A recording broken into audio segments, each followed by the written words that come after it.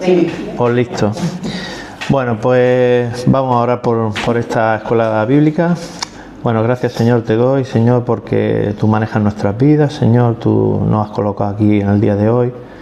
Nuestra intención es aprender de ti, Señor, que podamos estar frente a otras personas y que podamos llevarlas a tu palabra, al Evangelio, a tu gloria, Señor. Ahora te queremos dar las gracias y poner sobre ti, Señor, esta escuela para que tú nos des entendimiento y podamos aprender mucho más de ti. En el nombre de Cristo, amén. Amén. Bueno, ¿qué tal? ¿Cómo estamos? ¿Bien? Bueno, hola a todos. Al final de la primera sesión que tuvimos la semana pasada, vimos a un Juan con un carácter similar al de su hermano Santiago, ¿vale? Vamos a poner esto en silencio. Está en silencio. ¿Cómo era un poquillo, acordáis cómo era un poquillo el carácter de Juan, similar del hermano? Ya describimos al hermano, ¿no? Entonces siempre hay que tener un poquillo en mente el Juan de antes y el Juan de después, ¿no? Entonces que era tosco, era duro, tenía un carácter fuerte, muy rudo, sí, era impetuoso, ¿vale? Era una persona que no escribía medias tintas y hablaba en absoluto, o era blanco o era negro, era la luz o era la oscuridad, era la verdad o era la mentira. Él era un poquito de medio, un poco del término medio poco. Como buen pescador, ¿no? Sí. Esto necesitaba un esfuerzo por parte de nosotros, del lector, para tener en cuenta toda su obra y entender quién escribía y por qué escribía, ¿entiendes? A la hora de no malinterpretar los versos de Juan, ¿no? De por qué este hombre es muy tajante aquí, ¿no? Entonces hemos visto un poquito las circunstancias de él, por qué escribía así, esto. Vimos diferencias con Pablo. Pablo tenía una forma de pensar en Romanos 6 y luego en Romanos 7 pues te hablaba de otra forma. En el Romanos 6 decía que el creyente no está bajo el dominio del pecado. Nosotros cuando nacemos ya tenemos imputado el pecado de Adán y Eva, ¿vale? Entonces con Cristo somos libres de ese pecado. Ya el pecado no está, lo tenemos, pero no nos domina. Podemos decir no al pecado. Antes no podías decir eso. Sin Cristo no puedes decir no al pecado. No puedes, es imposible. Bajo el punto de vista cristiano, yo no sé otras religiones. Romanos 7 te dice, el pecado sigue, está presente aquí en nosotros, pero no domina tu vida, ¿vale? No puede dominar. Eso es que no domina. Ya no reina, porque ¿quién era el príncipe? El príncipe de pecado es Satanás.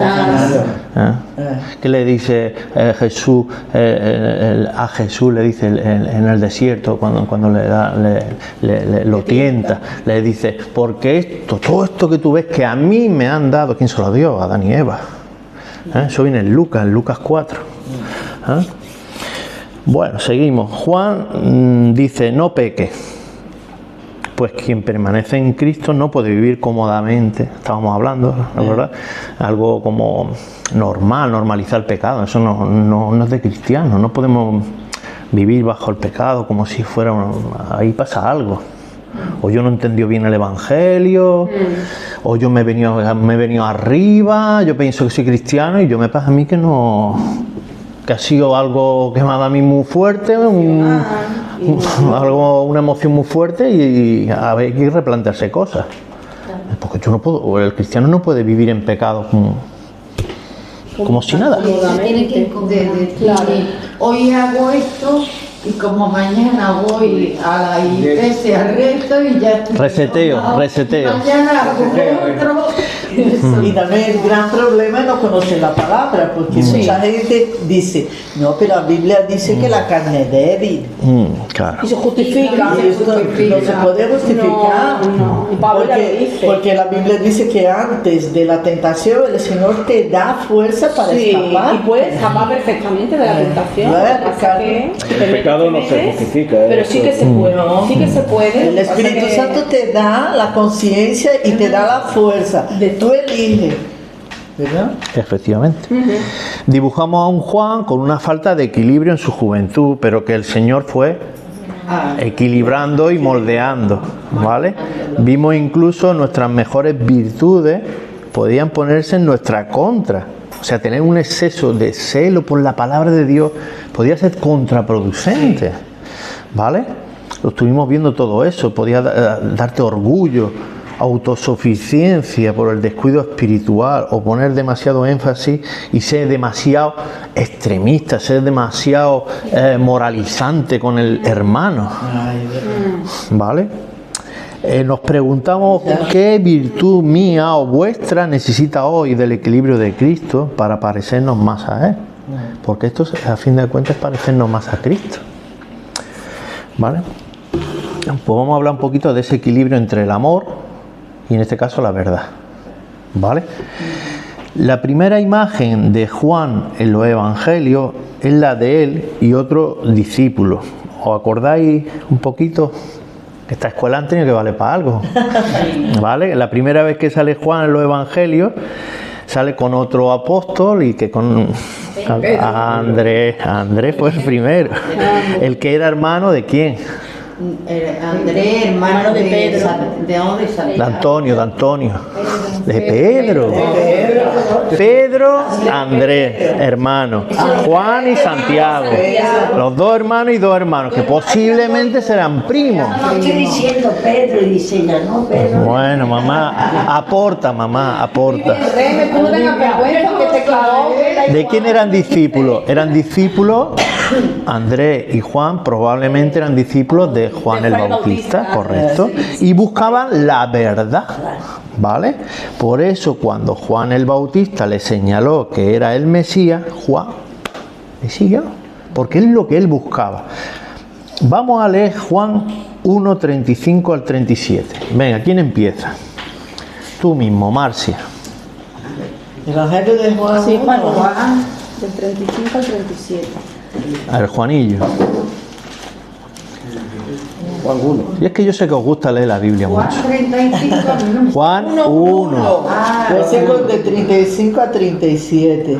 Dice, pero está aquí. El siguiente día. Sí. 35. No. Ah, no, que está en Lucas. Juan. Oh, Primera Dios de Juan. mío. Bueno, lo leo yo, venga. El día siguiente estaba Juan y dos de sus discípulos. ¿Quién? Andrés y Pedro. Y mirando a Jesús que andaba por allí. Dime. Perdón. Al día siguiente Sí, está bien. estaba Juan el Bautista, no el Juan nuestro, ¿vale? ¿Vale? Juan el Bautista. Y dos. Dice, he aquí el Cordero de Dios. Claro, Juan el Bautista dice, he aquí el Cordero de Dios. Le oyeron hablar los dos discípulos y le siguieron. Eso fue como lo describe Juan el Evangelista, que dijo Juan el Bautista sobre los dos apóstoles, Andrés y Pedro. Estamos, ¿no? En contexto, vale. La palabra verdad aparece 25 veces en el Evangelio. Son bastantes. Y 20 veces más las epístolas. Son muy cortas. Os leo un par de versículos. Tercera carta de Juan 1:4. No tengo yo mayor gozo que este, el oír que mis hijos andan en verdad. ¿Vale? Siempre decía, para referirse a alguien malvado o que no andaba recto, que la verdad no está en él. ¿Os suena esa frase? La verdad no está en él. ¿La verdad? Sí. No está en él. ¿Qué es la verdad? ¿A qué se refiere cuando dice la verdad? La verdad. ¿Al Señor? Jesús es la verdad. El camino. La verdad. Sí, la verdad y la vida. Y la vida. Juan, la verdad es Ese el es el Señor. versículo que dice, el que dice que no tiene pecado, no le hace mentiroso a él y la verdad no está en él, algo así puede ser. No, que lo dice muchas veces. Ya, pero es que a mí Es me que ha la venido palabra ese verdad. versículo. Pero no he entendido yo cuando dice no está en él. ¿A quién se refiere exactamente? A esa persona. A una persona, pero no indeterminado, no dice no. Bueno, habría que ver en qué contexto está diciendo eso. He cogido un versículo. Vale. Es que por eso lo he entendido, pero sin saber quién es. Vale. Primera de Juan 2:4. Dice, el que dice, yo le conozco, y no guarda sus mandamientos, el Sí, tal digo yo. es mentiroso y la verdad no está en Es él. el que yo decía. Estamos poniendo ejemplos de que aparece y la verdad no está en él, como decir que no es del Señor. Qué fuerte, ¿no? Yo le conozco y no guarda sus mandamientos. Primera de Juan 1, 6 y 8. El 8, por ejemplo, dice: si decimos que no tenemos pecado, nos engañamos nosotros mismos. Y la verdad no está en nosotros. Nosotros, ya, claro, especifica el plural, claro. ¿Recordáis Primera de Juan 3:9 que decía algo así como que el creyente no podía pecar? Sí. No Sí. puede pecar. Dice que no practica el pecado. Y aquí dice: si decimos que no pecamos, nos estamos engañando a nosotros mismos. ¿Me entiendes? Explicamos por qué. Porque era que el pecado rige tu vida. Solo hay un versículo de Juan que aparece solo hablando, lo comentamos. Es Marcos 9:38. Marcos 9:38. Vamos a estar moviéndonos en los evangelios. Quizá un poquito en Efesios. Venga. Sí. ¿Quién está ahí para leerlo? Juan le respondió diciendo, Juan. Sí, perdón, sí. Maestro, hemos visto a uno que en tu nombre echaba fuera demonios, pero él no nos sigue y se lo prohibimos porque no nos seguía. Podríamos decir que aquí Juan actúa solo, sin Santiago y sin Pedro, que digamos que era ese triángulo, esa triada, ¿vale? Este episodio de Marcos es colocado en Lucas 9 antes de que quisiera enviar fuego a los samaritanos. En ambos casos, Juan exhibe una intolerancia hacia el prójimo, un elitismo, una superioridad hacia los demás y una falta de amor. En este caso le prohibió echar demonios en nombre de Jesús. ¿Por qué, Ana? Lo dice al final del versículo. ¿Por qué? Porque no era de los suyos, de su grupo. Porque no le seguía, léelo. Claro, porque Es que no era del grupo. estoy en Lucas. No, Marcos 9:30. Lucas, como has dicho. Ah, vale. No te adelante. Tú no te adelante, cariño. Marcos 9:38. Dice, porque no nos seguía. Claro. No era oficialmente del grupo. Eso es clasismo, elitismo. Y eso pasa en la iglesia. Pasa en la calle, pero pasa también en la iglesia, ¿eh? Los grupitos. ¿Vale? ¿Recordáis algún ejemplo en la Biblia de este clasismo, de algo así parecido? ¿Recordáis así algún episodio, Marcia, en la Biblia de ese elitismo? Ten cuidado.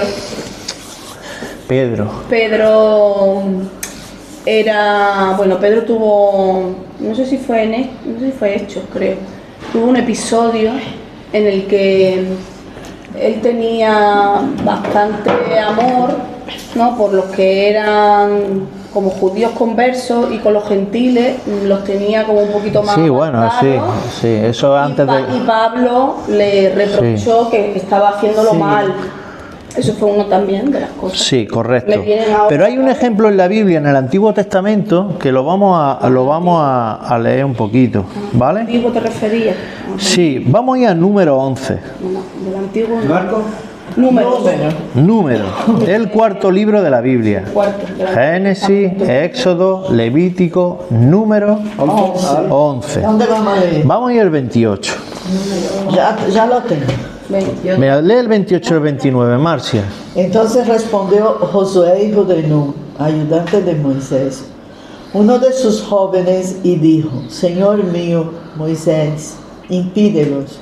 Y Moisés respondió: ¿Tienes tú celos por mí? Ojalá todo el pueblo de Jehová fuese profeta, y que Jehová pusiera su espíritu sobre ellos. Os pongo en escena. En Números 11, Dios tomó el espíritu que estaba sobre Moisés y lo puso sobre 70 ancianos para ayudarle a llevar la carga del pueblo, porque él no podía con todo, ¿vale? Sí.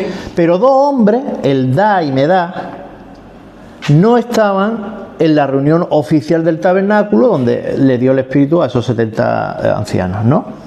Estaban en el campamento y allí comenzaron a profetizar. Entonces pasó lo que pasó, que Josué reaccionó con un celo excluyente, como diciendo, si no son del grupo, ¿cómo le das tú el espíritu a estos que no son de...? Lo mismo que hemos estado hablando ahora con el Señor.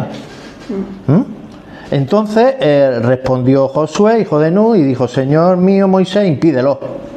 Moisés respondió, ¿tú tienes celos por mí? Ojalá todo el pueblo fuese profeta y Jehová pusiera su espíritu sobre ellos. Claro, y ojalá todo. Es el mismo espíritu de Juan, querer limitar la obra de Dios a un grupo oficial. ¿Cómo limitas tú la obra del Señor? Estoy hablando de lo que le pasó a Marcos, que le dijo Juan que no echara demonios en su nombre. Luego Sí. ¿Vale? Es verdad, he leído. ¿Vale? Si es que la ley, cuando te has ido para arriba la leyó Ana. No, es que yo estuve estudiando la clase pasada. Eso. La situación se resolvió no prohibiéndolo, sino corrigiendo la actitud de Josué. La obra era de Dios. El espíritu es soberano. No se trata de proteger a un grupo, sino de alegrarse cuando Dios actúa. ¿Vale? Esto sucedió poco después, lo de Marcos me refiero, de la transfiguración. Conviene leer este episodio y reflexionar sobre él, porque nos ayuda a comprender el ambiente espiritual y emocional que vivían quienes la presenciaron, aunque no justifica sus actitudes posteriores. Sí nos permite entender mejor cómo se sentían y por qué reaccionaron de esta manera.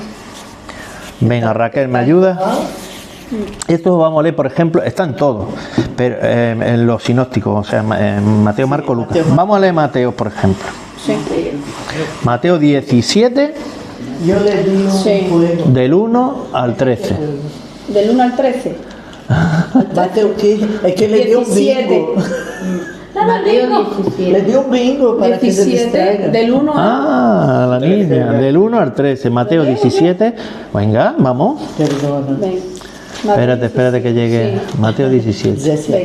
6 días después, 6 días después. Jesús tomó a Pedro, a Jacobo y a Juan su hermano y los llevó aparte a un monte alto y se transfiguró delante de ellos.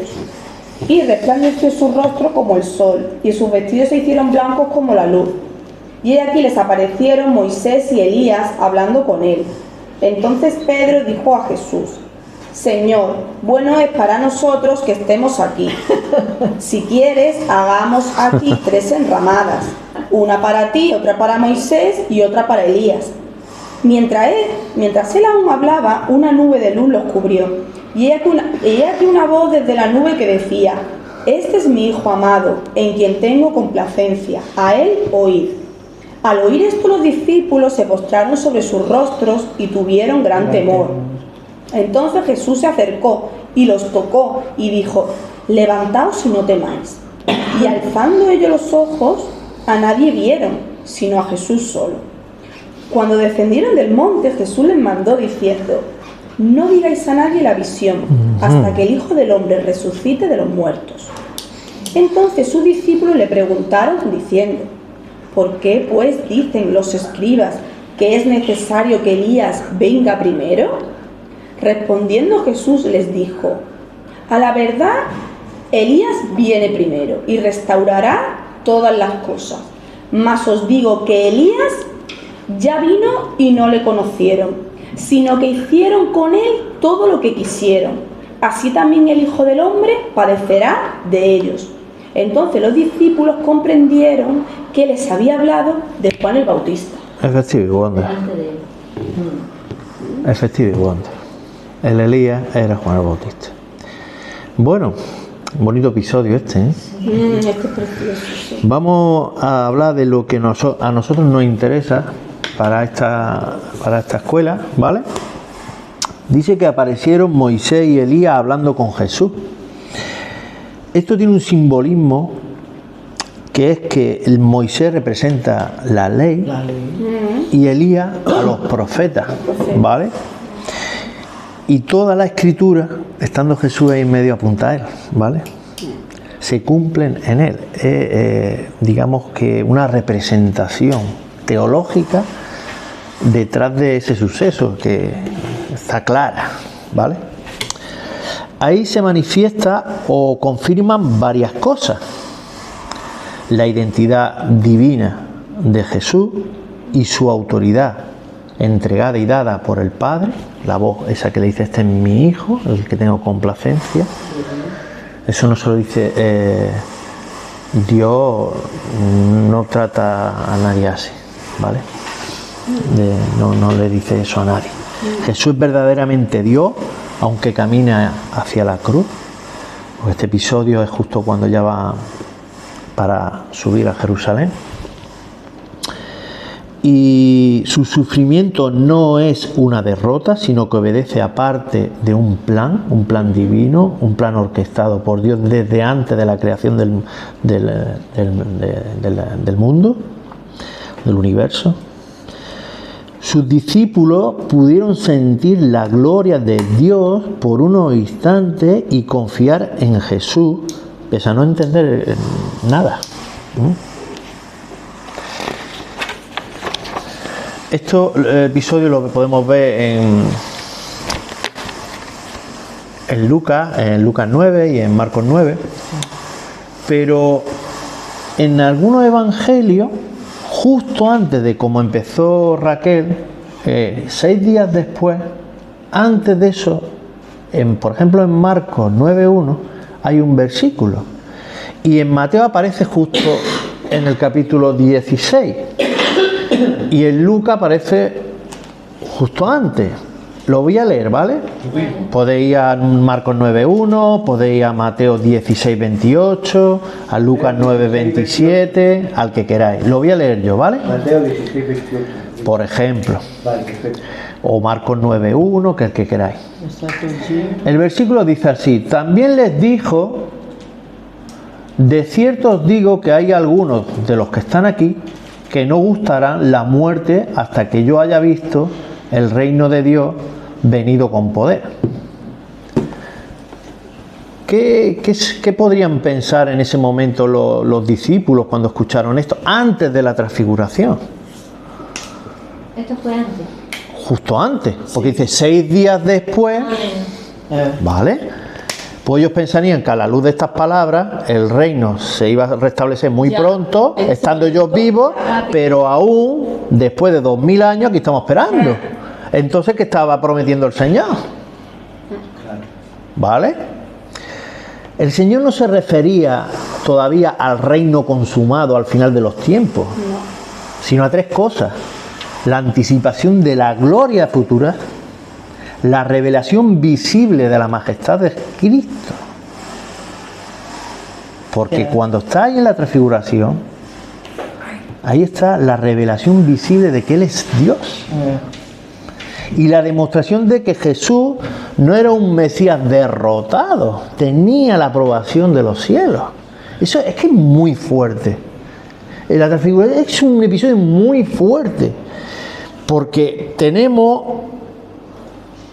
referencia en el Antiguo Testamento de lo grandioso que le pasó a un profeta del Antiguo Testamento y cómo marcó un hito en el pueblo hebreo, en el pueblo judío, a Moisés, y lo vamos a mirar ahora. Pues imagínate con los apóstoles, con Elías, con Moisés, con el Dios hablando. Eso es ¡pua! ¡Pua! Santiago, Pedro y Juan, ellos tuvieron el privilegio de ver la gloria de Dios 6 días después, una nube de luz, la Shekinah, que es la presencia, el Espíritu Santo.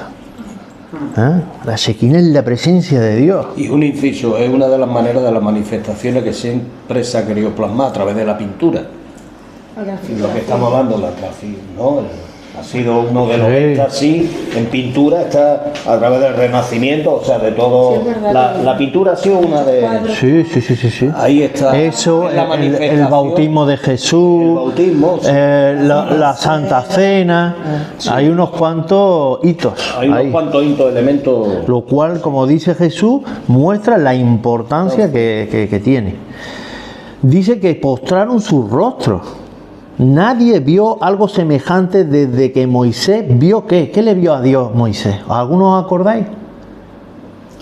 Vamos a Éxodo 33, 20, 23. Le vio la espalda, correcto, Raquel.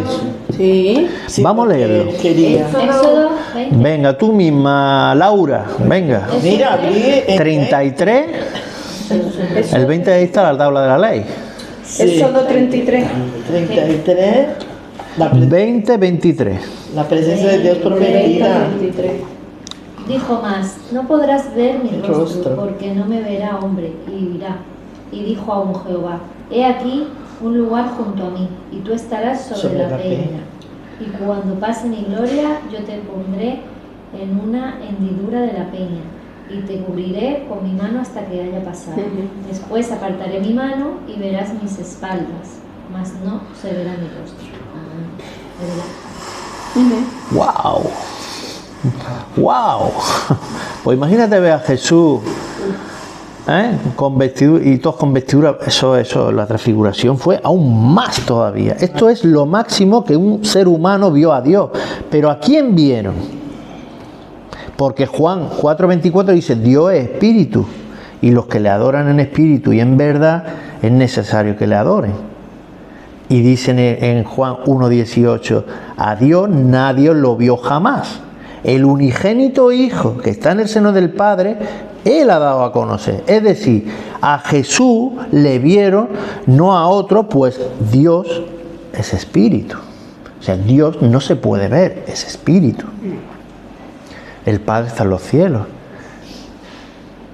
¿A quién vieron? A Jesús. Es una cristofanía como una casa. Pero cuidado, no interpretemos que Cristo es una creación. ¿Vale? Cristo no es creado. ¿Cristo qué? Cristo se encarnó. El Verbo se encarnó.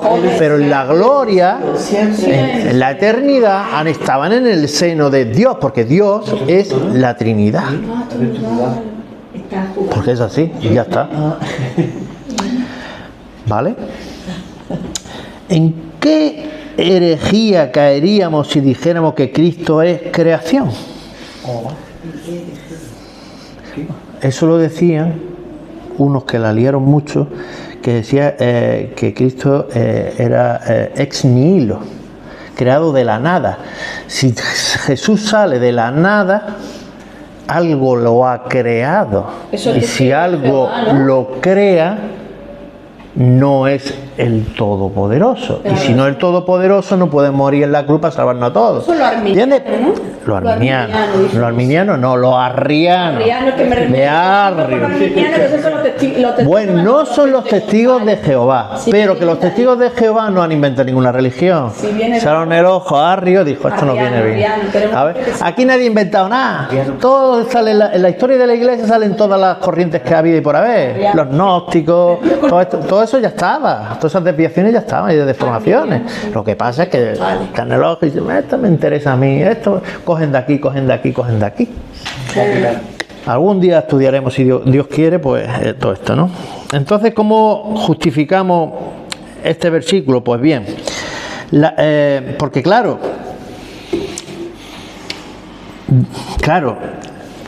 me salta un renglón, perdón. Dice Colosenses 1:15, Él es la imagen del Dios invisible, el primogénito de toda creación. Me salta un renglón, pero cuidado, no interpreten que Cristo es creación, ¿vale? Repito, Él es la imagen del Dios invisible, el primogénito de toda creación. ¿Cómo justificamos? Pues porque la palabra primogénito en la antigüedad no era como la interpretamos nosotros hoy en día. No se refiere al primero creado en el tiempo de la familia, también, sino al primero en rango, en dignidad, en autoridad. Está hablando en ese sentido, ¿vale? En la Biblia, primogénito muchas veces significa el heredero, el supremo, el que tiene derechos de señorío. Por ejemplo, Marcia, ¿puedes leer el Salmo 89, 27? Que yo sé que a ti te gustan los salmos. Salmo 89, 27. Ahí entenderemos. 27. Aquí está. Yo también le pondré por primogénito, el más excelso de los reyes de la tierra. Claro, David no fue el primero en nacer, ¿no? ¿Vale? Pero sí fue puesto como supremo en autoridad, ¿vale? El contexto lo deja claro el versículo siguiente. Colosenses 1:16. Porque todas... ¿Quién quiere leerlo? ¿Lo quiere leerla? ¿Alguien? 89. Venga, Javi, tú... venga, aquí lo tienes ahí a mano. Capítulo 1. Porque en él, No, venga, lo leo yo. Ah, ¿lo tienes tú? Tiene, ¿no? porque en él fueron creadas todas las cosas, Ese. las que hay en los cielos y las que hay en la tierra, visibles e invisibles, sean tronos, sean demonios, sean principados, sean potestades, todo fue creado por medio de él y para él. O sea, en el capítulo 15 dice, Él es la imagen del Dios invisible, el primogénito de toda creación. Y dices tú, primogénito de toda creación, ¿qué quiere decir? ¿Que Jesús lo han creado? Cuidado, que es que eso, la herejía se duró 80 años. Dice, no, porque en Él fueron creadas todas las cosas, en Él. Las que hay en los cielos, las que hay en la tierra, las visibles, las invisibles, ya sean tronos, dominios, principados, potestades, cosas malíficas.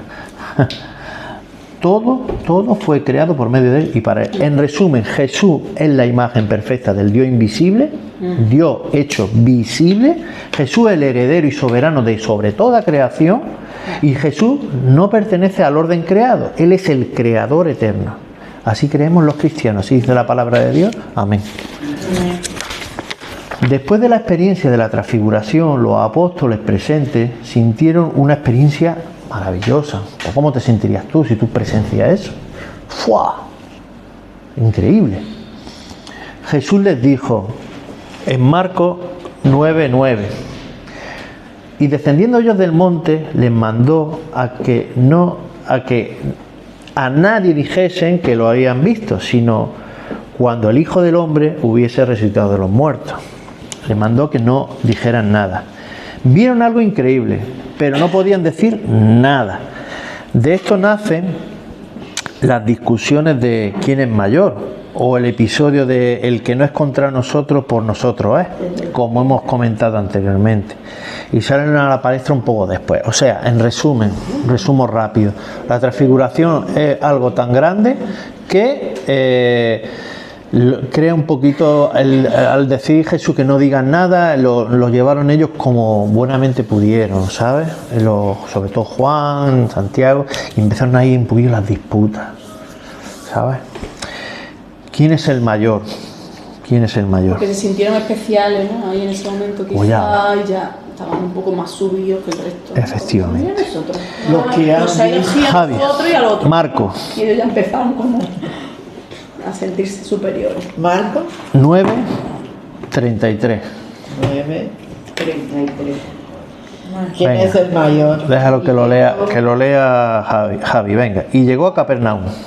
Que no voy a apuntarlo aquí. ¿No te pasas de ellos? Ahí, dale. No, mucho más. No, Marco, ahí lo tienes. Marco. ¿Cuál? 9, capítulo 9. Es que tu aplicación, tienes que buscar otra. Esa aplicación es muy lenta. No sale los capítulos. Estoy pasándolo con Ahí, lee ahí. Mira, la del Javier esa es la buena. Es un follón. Y la que tiene Laura también. Y el de Jesús también. Esa. Y llegó a Capernaum. Capernaum. Y cuando estuvo en casa les preguntó, ¿qué disputabais entre vosotros en el camino? Muy bien. Están peleando, si le pregunta Sí, por qué porque están se están peleando. Claro, le pregunta eso. ¿Y cómo? Sí. La naturaleza. ¿Jesús necesitaba información? Y cuando ¿Qué pensáis? No, él sabía, pero... Mira que se lo dijo, que se lo dijo. Claro que no. Vamos a ver si lo dice. Le dice, a ver qué me dicen, a ver qué me dicen de por qué se están peleando ahora. Están siempre... Os voy a hacer una pregunta un poquillo difícil. Todos los seres humanos. ¿Qué pensáis vosotros que estaba esperando el Señor cuando le dice eso? O sea, pasa lo de transfiguración, bajan por el camino, el Señor sabe que están hablando de esto, pero no lo escucha, pero lo sabe. Y le dice, ¿qué disputabais? ¿Qué estáis ahí hablando por el camino? ¿Qué creéis que esperaba el Señor que le dijeran ellos? La verdad. Pero yo creo que iba a ser muy difícil que dijera. Tú haces algo malo. Y yo te pregunto por eso algo malo y tú yo que estoy esperando, yo no tú, estoy esperando una confesión tuya. Claro, que fuera sincero y dijera, mira Señor, nosotros como vimos la transfiguración, pues eso es mayor que aquí. Y el siguiente, ¿lo tiene ahí el siguiente, el 34? Más ellos Más ellos callaron. callaron. Sigue. No dijeron nada. Porque en el camino habían disputado entre sí quién había de ser el mayor. Pero una cosa, una curiosidad. Fijaos que ¿Puede ver eso tú? y que Jesús ya le había dicho muchas veces que iba a morir, que tenía que morir, ¿no? Y antes de la transfiguración, justo antes fue el episodio famoso de que le dijo a Pedro, apártate de mí, Satanás.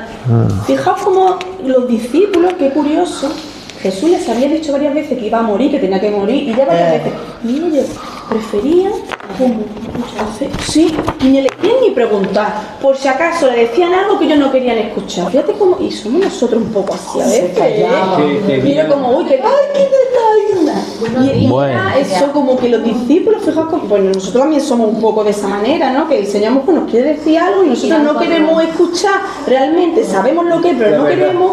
Sí, y miramos por otro lado, por los discípulos iguales. Igual. Fíjate que eso decía, pero decía, a veces nos pregunta y nos va a aclarar demasiado las cosas, nosotros no queremos saber nada. Mejor pensamos que el reino es, ya va a venir. Bueno, podemos imaginarnos cómo empezó la discusión. Después de la transfiguración estaría pues Pedro, Santiago y Juan pletóricos y pensarían que estaban en una posición por encima de los demás. Quizá alguno ya dijo que él estaba más cerca de Jesús cuando se transfiguró, o alguno dijo que la voz me habló a mí, como Pedro, que estaba hablando cuando la voz entra, y no, la voz me habló a mí, no, pues yo estaba más cerca del Señor, y seguro que estaban hablando algo de eso, ¿no? Pero ellos, en cuanto Jesús les preguntó, guardaron silencio. Se callaron todos. Al Señor sabían sentaron. que hablaron cosas que no eran correctas y les remordía la conciencia y no contestaron nada. Ahora leo yo, continúo, el 35 al 37. Entonces él se sentó y llamó a los 12 y les dijo, si alguno quiere ser el primero, será el postrero de todos y el servidor de todos. Y tomó a un niño y lo puso en medio de ellos, y tomándolo en sus brazos les dijo, el que reciba en mi nombre a un niño como este, me recibe a mí, y el que me recibe a mí, no recibe a mí, sino al que me envió. Está claro, ¿no? Los 12, ¿por qué dice los 12, Ana? ¿Tú por qué crees? A Laura, ayúdale. Raquel, ayúdale. Porque eran los más cercanos. Los apóstoles, los 12. Los 12 son los 12. Más datos, los 12, ¿por qué los 12 y no 13 o 14? Venga, os tengo que sacar las palabras. ¿Pero por qué? Hay que aprender. ¿Por qué los llamo? ¿Por qué eran 12? Por las 12 tribus. Vale, si lo sabéis. Lo sabéis. Yo pensaba que iba más para allá o algo. Yo no voy. Yo cuando voy para allá digo, esta es difícil. Y ya miro al Javier a ver ahí que viene ahí con la calculadora. Es que yo digo que No, hombre, eso no lo va. Eso es como contar palomitas. Entendía la pregunta, ¿Verdad? Lo que me quería... Permitirnos ese orgullillo que nos sale de maestro. ¿Has visto? Está actuando como esta gente. Bueno, ¿y por qué dijo? Y no veis el detalle que dice. Dice, y entonces se sentó. ¿Lo habéis visto en la palabra de Dios? Y entonces se sentó. Cuando Jesús se sienta, ¿por qué, Rosita? porque va a enseñar algo. Va a hablar algo. Es importante. Que va a enseñar. Dice, y se sentó, los detalles de la palabra, hay que leerlo, y llamó a los 12, no llamó a los 14 ni a los 25, porque iban muchos discípulos, muchos seguidores de Jesús. Jesús no iba con 12, iba con una tropa que no vea, ¿sabes? Entonces hay que mascar la palabra, saber las cosillas, sacarle los colores, ¿vale?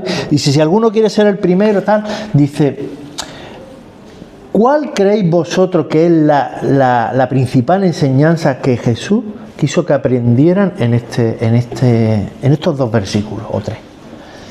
Venga, no pasa nada si nos equivocamos. Humildad. ¿Qué más? Mansedumbre. Mansedumbre. ¿Qué más? Ellos lo habían entendido del revés. Si querían ser los primeros en el reino de Dios, necesitaban ser, como dice, servidores. Servidores. Humildes. ¿Vale? Servidores. Y si querían ser grandes, debían ser como un niño. ¿Por qué dijo que debéis ser como un niño? ¿Qué pensáis vosotros? Por la inocencia.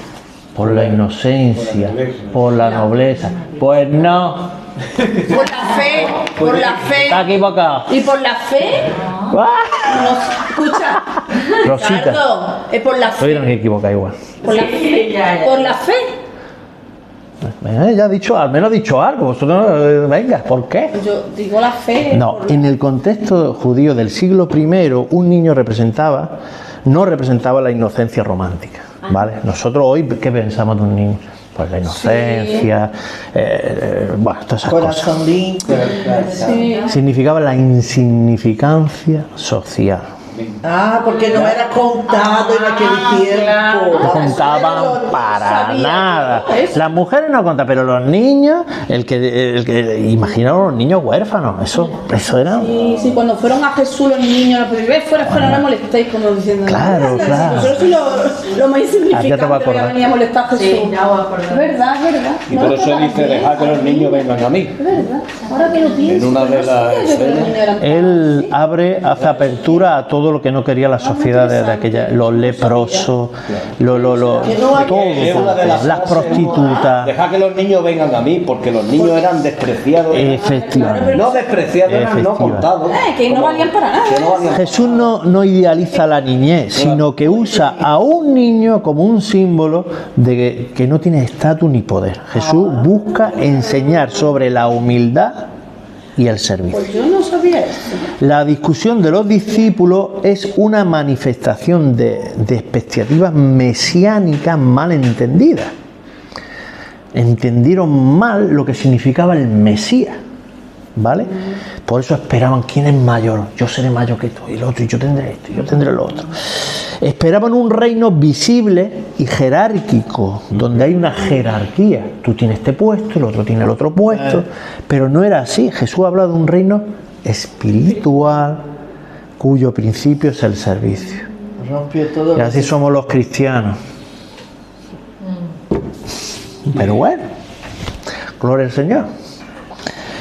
También sobre el amor, en vez de discutir o exaltarse con ellos, esto se ve muy bien a la luz del apóstol Pablo en 1 Corintios 13, 4 y 5. ¿Alguien que no haya leído?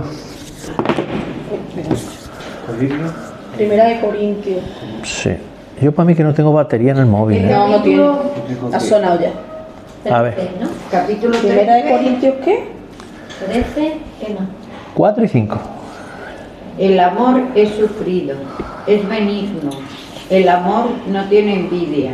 El amor no es jactancioso, no se envanece, no hace nada indebido, no busca lo suyo, no se irrita, no guarda rencor.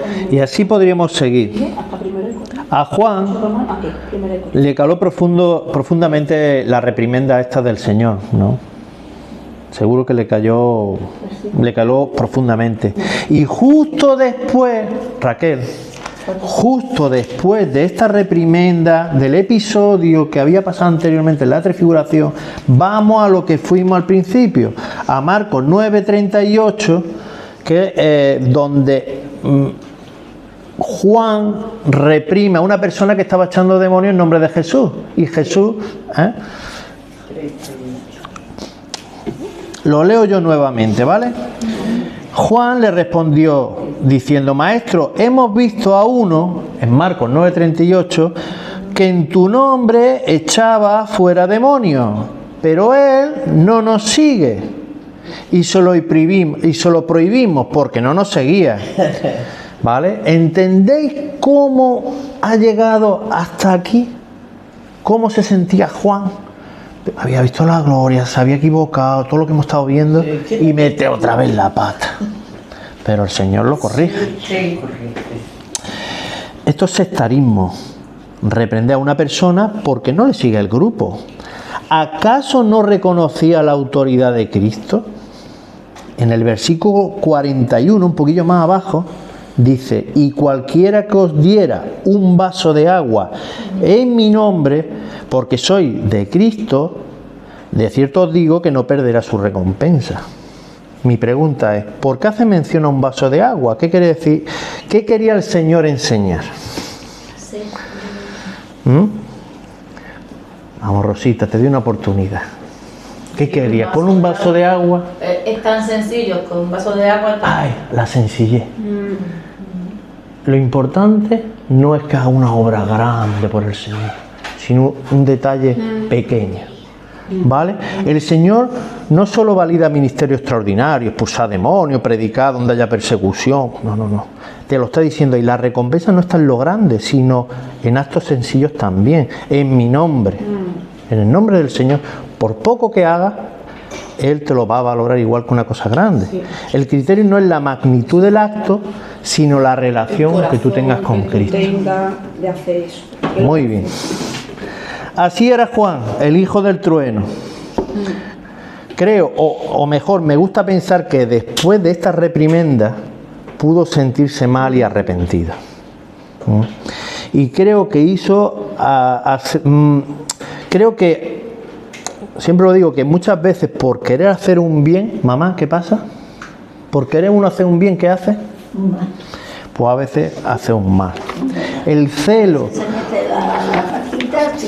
por la verdad está bien, pero si no se le acompaña de amor, puede llegar a la violencia, puede llegar a la discriminación, a la brutalidad. Contrario a esto, si tenemos mucho amor, pero no tenemos la verdad, es incompleto, no tenemos carácter, se evita corregir, confrontar por no incomodar a nadie, se vuelve en hipocresía. La verdad y el amor se necesitan. La verdad de Dios, de Jesucristo y su amor van unidos. Con verdad, pero sin amor, se vuelve autoritario, dogmático, como se suele decir, un fariseo. Si solo se tiene amor sin verdad, se vuelve condescendiente, permisivo, pasota. Sí. Es que es muy difícil el equilibrio ese. Bueno. Muy complicado. Uf. Y yo lo dejaría aquí. Vale. Porque quedan 4 minutos para menos 10. Podemos hablar de nuestras cosas o podemos... Porque, bueno, venga, vamos a seguir. Vamos a seguir un poquito más. Venga, Pablo explica, es que como no tengo batería, digo, a ver si se va a cortar. Bueno, vale. Pablo explica que la meta es crecer hasta parecernos a Cristo, ¿vale? Voy leyendo yo despacito. En Efesios 4:13 dice: hasta que todos lleguemos a la unidad de la fe y del conocimiento del Hijo de Dios, a un varón perfecto a la medida y a la estatura de la plenitud de Cristo. ¿Esto qué es? ¿Qué me está diciendo ahí el Señor? Vale, parece ahí como 3 palabras como similares, ¿no? Hecho a la medida te indica el modelo, la forma. Por ejemplo, está hecho a medida, ¿vale? Cuando habla de la estatura, te está hablando del crecimiento, de cómo crece en ese molde, cómo crece, dice, y a la plenitud, completamente en Cristo, ¿vale? A la llenura, ¿vale? Por lo tanto, tenemos un modelo con forma, un crecimiento. Esa es la madurez que busca Dios en nosotros, ¿vale? Es decir, Cristo es el modelo y la referencia del crecimiento espiritual. La meta del creyente, y por ende, por consiguiente de la Iglesia, es crecer hasta reflejar ¿qué? El carácter de ¿quién? De Cristo. Su verdad, su amor, su obediencia, su santidad. ¿Cómo se logra? 2 versículos más abajo, de Efesios 4, 13 al 15 lo dice. Siguiendo la verdad en amor. ¿Ah? El principio de la clase de hoy era el equilibrio entre la verdad y el amor, ¿no? Entonces, siguiendo la verdad en amor, crezcamos en todo aquel que es la cabeza, esto es Cristo. Jesús es el modelo perfecto, Él es la verdad perfecta y el amor perfecto. Y Juan aprendió esto. En su segunda carta, vamos ahora a Juan, a ver si aprendió esto. Constantemente dice ambas cosas. Por ejemplo, Ana, segunda carta de Juan, versículo 5. Y ahora te ruego, Señora, no como escribiéndote un nuevo mandamiento, sino el que hemos tenido desde el principio, que nos amemos unos a los otros. Y este es el amor, que andemos según sus mandamientos. Este es el mandamiento, que andéis en amor, como vosotros habéis oído desde el principio. Porque mucho el 5 nada más, el 5 nada más. Pero me dice cállate, pues yo Vale, entonces el 5 era y ahora te ruego, Señora, ¿no? Sí, vale. ¿Cuál es el gran mandamiento? A Raquel. Los améis los unos a otros. Ya, corazón. O sea, sí, como decía, no decía Juan, no me acuerdo en qué versión. No. Hijito, no. Ama uno a los otros. Sí, sí, es un mandamiento del Señor. Sí. Pero te estoy preguntando otra cosa. No te estoy diciendo cuál es el mandamiento, te estoy diciendo cuál es el gran mandamiento. ¿Escucha, Javier? Amar unos a los otros. No, ese no es el gran mandamiento. Bueno, es uno de ellos. Perdón. Eso. Vamos a decirlo por orden. Lleva razón, perdón. Sí, bueno, sí. No, es que hijitos míos ya me han liado con hijitos míos. Sí, pero hijitos míos no empieza el versículo, Ana. Ya me han liado. Que yo lo he leído en algo de... Bueno, Mateo 22, 34 al 37, yo lo leo. En el 37 dice, Jesús le dijo, porque viene un fariseo, un maestro de la ley, y le pregunta, maestro, quería pillarlo, ¿cuál es el gran mandamiento? A ver si se lo sabía, ¿no? Ya ves, no se lo va a saber, si lo ha proclamado él. Jesús le dijo, amarás al Señor tu Dios con todo tu corazón, con toda tu alma y con toda tu mente. Este es el primero y grande mandamiento. Y el segundo es semejante. Amarás a tu prójimo como a ti mismo. De estos 2 mandamientos depende la ley y los profetas. O sea, todo. En resumen, la verdadera madurez cristiana es conocer bien la verdad y vivirla con amor, ¿vale? ¿Y qué hora es? Y ya son menos 10. Pues queda poquillo, no sé si hacerlo, no hacerlo. Bueno, lo dejamos aquí y para la siguiente clase ya terminamos un poquito esto y cómo acaba la vida de Juan y todas esas cosas. Así que, Ana, ¿puedes cortar ahí la mesa? Sí. Hay una tercera clase de Juan, ¿no? Sí, vamos a hacer una tercera clase. No, aquí pone menos de... entendido. Vale.